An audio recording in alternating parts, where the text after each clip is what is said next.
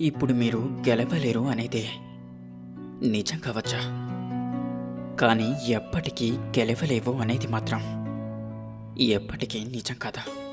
గుర్తుంచుకోండి. పరిస్థితులు ఎంత కఠినంగా ఉన్నా కాస్త ఓపికతో ఉండండి. కాలంతో పాటు అన్నీ కనుమరుగైపోతాయి. ధైర్యంగా ఉండండి.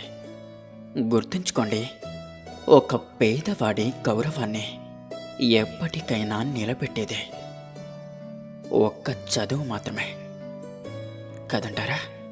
శత్రువు ఎంతటి వాడైనా నీ ఆత్మస్థైర్యమే నీకు రక్ష. ఊరు దాటకుండా బాగుపడ్డవాడు లేడు. ఊరు దాటి మనశ్శాంతిగా ఉన్నవాడు కూడా లేడు కదంటారా? ఎప్పటికైనా నీ బాధ ఇంకా నీ కష్టం నువ్వే పడాలి. నీకోసం ఏ ఒక్కరూ లేరు, రారు కూడా. గుర్తుంచుకోండి, ఒక్కసారి నిలబడి గుండె ధైర్యం తెచ్చుకొని చూడండి. ఇక అప్పుడు ప్రపంచం మొత్తం మీ పాదాల కిందే ఉంటుంది. ధైర్యంగా ఎదుర్కోండి. మీరు తలుచుకుంటే ఈ ప్రపంచంలో అసాధ్యమైనదంటూ ఏదీ ఉండదు. బ్రతకడం ఏముంది? భిక్షాటన చేసైనా బ్రతకవచ్చా? కానీ ఈ మధ్యతరగతి గోడల్ని బద్దలు కొట్టాలంటేనే ఎంతో కష్టపడాల్సి ఉంటుంది కాదంటారా? యోధులు అంటే ఎప్పుడు కూడా విజయాన్నే సాధించేవారు అని కాదు, ఎల్లప్పుడూ పోరాటం చేసేవారు అని అర్థం. గుర్తుంచుకోండి. కాస్త ఓపిక పట్టండి. మీరు అవసరం లేదు అనుకున్న వాళ్ళకి మళ్ళీ మీరే కావాలి అనే రోజులు తప్పకుండా వస్తాయి. కాలం అన్నిటికీ సమాధానం ఖచ్చితంగా ఇస్తుంది. అలాగే వారికి గుణపాఠం చెప్పే అవకాశం కూడా మీకే ఇస్తుంది. కావాల్సిందల్లా కాస్త ఓపిక మాత్రమే. గుర్తుంచుకోండి, అడవుల్లో తిరిగిన రాముడు ప్రతి ఊరి గుడిలో భగవంతుడిగా మారడానికి కారణం ఆయన పడిన కష్టం కాదా, ఆయన పాటించిన ధర్మం. ధర్మంగా కష్టపడండి. ఖచ్చితంగా మీరు అనుకున్నదే అనుకున్నట్లుగానే జరుగుతుంది. గుర్తుంచుకోండి, సముద్రపు కెరటాలు తీరంలోని ఇసుకను తాకే, రాళ్లను తాకే, వాటి ఆకారాన్ని మార్చేస్తాయి. సూటిగా గరుకుగా ఉండే రాళ్ళు వీటిని మళ్ళీ మళ్ళీ తాకి గుండ్రంగా మార్చేస్తాయి. కానీ ఈ సముద్ర కెరటాలు వాటి ఆకారం మాత్రం ఎప్పుడూ మారవెందుకో? అలా ఎందుకు జరుగుతుంది? ఎందుకంటే అవి విడిపోయి కూడా తిరిగి ఎలా కలవాలో వాటికి తెలుసు కాబట్టే. ఇక దాని అర్థం, ఈ కెరటాలు విడిపోయినప్పుడు వాటి మధ్య భేదం తప్పకుండా వస్తుంది. కానీ అవి తిరిగి కలవటం మాత్రం వాటి ఐకమత్యానికి ప్రతీక. ఇలా చూడండి, వాదోపవాదాలు, తర్క వితర్కాలు, మనస్పార్థాలు అనేవి జీవితంలో భిన్నమైన అంశాలు. కానీ వీటిని ఎప్పుడూ కూడా మనస్సులోకి ప్రవేశించనివ్వకండి. ఒకవేళ మనస్సులోకి ప్రవేశించినా కూడా అక్కడ వాటిని ఉండనివ్వకండి. వాటిని బయటకు పంపేయండి. ఈ వాదోపవాదాలు, తర్క వితర్కాలు, మనస్పార్థాలు వీటిని జీవితాంతం మీతో పాటు మోసుకుంటూ తిరగకండి. ఒకవేళ అలా తిరగాల్సి వస్తే అప్పుడు అందరినీ తీసుకుని వెళ్ళండి. అచ్చం కెరటాలలాగే ఐకమత్యం మీద నమ్మకం ఉంచండి. కలిసికట్టుగా ముందుకు వెళ్తే చాలా దూరం ముందుకు వెళ్తారు. లేదంటే కేవలం ఆ దూరం గురించి ఆలోచించగలరంతే. మీరు ఏం కోరుకుంటారు అనే నిర్ణయం ఎప్పటికీ మీదే.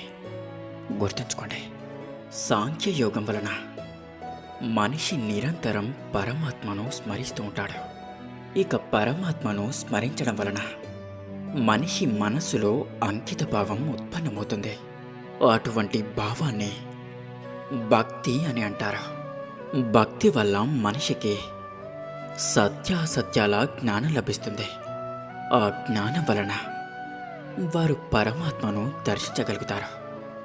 అలా ఎవరైతే పరమాత్మను దర్శించగలుగుతారో వారే వాస్తవమైన కర్మయోగిగా మారగలరు. జన్మల పరంపర నుండి విముక్తి చెంది మోక్షాన్ని పొందగలుగుతారు. ఆత్మలన్నింటికీ అంతిమ లక్ష్యం అదే. ధర్మం యొక్క అంతిమ చరణం కూడా అదే. కానీ నేను పరమాత్మను దర్శించకుండా అంకిత భావం ఎలా వ్యక్తం చేయగలను అంటే, ఈ సృష్టియే పరమాత్మ, పరమాత్మయే సర్వస్వం. పరమాత్మ కానిదంటూ ఇంకేమీ లేదు. ఎవరు తమ ఆత్మను దర్శించగలుగుతారో వారే పరమాత్మను కూడా దర్శించగలుగుతారు. ఏ విధంగా ఉప్పులోని ఒక కణానికున్న రుచి మహాసముద్రం నీటి రుచికి భిన్నమైనది కాదో, అదేవిధంగా మీ ఆత్మను మీరు దర్శించడం పరమాత్మ దర్శనానికి భిన్నమైనది కాదు. ఎప్పుడు మనిషి తనను తాను పరమాత్మ స్వరూపునిగా అర్థం చేసుకుంటాడో అప్పుడు సృష్టియే పరమాత్మయని, పరమాత్మయే సృష్టి అని వారికి అనుభవగతం కాగలదు. సృష్టికి పరమాత్మకు ఏ భేదమూ లేదు. ఎప్పుడైతే మీరు ఆత్మజ్ఞానాన్ని పొందుతారో అప్పుడే మీరు పరమాత్మలో ఐక్యం కాగలరు. స్వయంగా మీరు కూడా పరమాత్మ మాదిరిగా మిమ్మల్ని మీరు పరమాత్మ స్వరూపంగా గుర్తించగలరు. కానీ మీరు ఆ పదాన్ని చేరుకునేందుకు పరమాత్మ పట్ల సంపూర్ణ అంకిత భావం అనివార్యం కావాలి. ఇక అంకిత భావం ఏమిటి అంటే, అంకిత భావం అనేది ఒక మానసిక స్థితి పేరు. అప్పుడు మనిషి తన సంకల్పాలన్నిటినీ త్యాగం చేస్తాడు. స్వయంగా ఏ విధమైన నిర్ణయాన్ని కానీ లేక ప్రతిజ్ఞని కానీ తీసుకోడు. ఏ విధమైన పనులు వారికి నిర్దేశించారో ఆ విధమైన పనులే చేస్తూ ఉంటాడు. వాస్తవానికి అంకిత భావానికి అర్థం ఏమిటి అంటే, తమను తాము, అలాగే తమ మనస్సును, బుద్ధిని, జ్ఞానాన్ని, ఇచ్ఛలను, ఆశలను, మనసులోని భావనలను, తమ సర్వస్వాన్ని ఇంకొకరికి అర్పించడమే. ఇటువంటి అంకిత భావాన్ని భక్తి అని అంటారు. భక్తితో కొలవడం అంటే ఏమిటి? అంకిత భావమే. భక్తి కాదా అంటే ముమ్మటికి కాదా. అంకిత భావం భక్తిలో మొదటి అడుగు మాత్రమే. వాస్తవానికి భక్తి అనేది ఒక కార్యం వంటిది కాదా. అది ఒక మనస్థితిని సూచిస్తుంది. నిత్య జీవితంలో మనిషి జపతపాలు, యజ్ఞయాగాలు, యమనియమాలు, యోగం, సాత్వాయం అనే మాధ్యమాలతో తన అంతరంగాన్ని శుద్ధి చేసుకొని పరమాత్మ పట్ల అంకిత భావంతో ఉండాలి. మనిషి తాను చేసే పనులను, తమ కర్మల ఫలితాన్ని, జీవితంలోని ఉచ్ఛ్వాస నిశ్వాసాలను పరమాత్మకు సమర్పిస్తూ ఉండాలి. భక్తి కేవలం మనస్థితి అయితే జపాలు, తపాలు ఇత్యాదుల అవసరమేమిటే? ఈరోజు శుభ్రం చేసిన పాత్ర ఎలా మళ్ళీ మలినమవుతుందో అదేవిధంగా మనిషి మనస్సు పదే పదే పరమాత్మకు విముఖమైపోతూ ఉంటుంది. అందుకే అవి ఎంతో అవసరం. ఈ జపతపాలు, స్వాధ్యాయం ఇత్యాదుల మాధ్యమం ద్వారా మనిషి నిరంతరం తన జీవితాన్ని ఆ పరమాత్మకే అంకితం చేశానని గుర్తు చేసుకుంటాడు. ఏ ఒడ్డున మునక వేయాలి అన్నది ఇక్కడ ముఖ్యం కాదు. ఇక్కడ ముఖ్యమైనది మునక వేయడం. భక్తి యోగ సారం ఒక్కటే. మనిషి పరమాత్మకు తన జీవితాన్ని అర్పణ చేసి పరమాత్మను భక్తితో కొలుస్తూ ఉండాలి. అలాగే సత్వగుణం అనే సంపదను పదిలంగా దాచుకోవాలి. అర్థమైందనుకుంటా. ఇక అందరూ నాతో పాటు ప్రేమతో ధ్యానం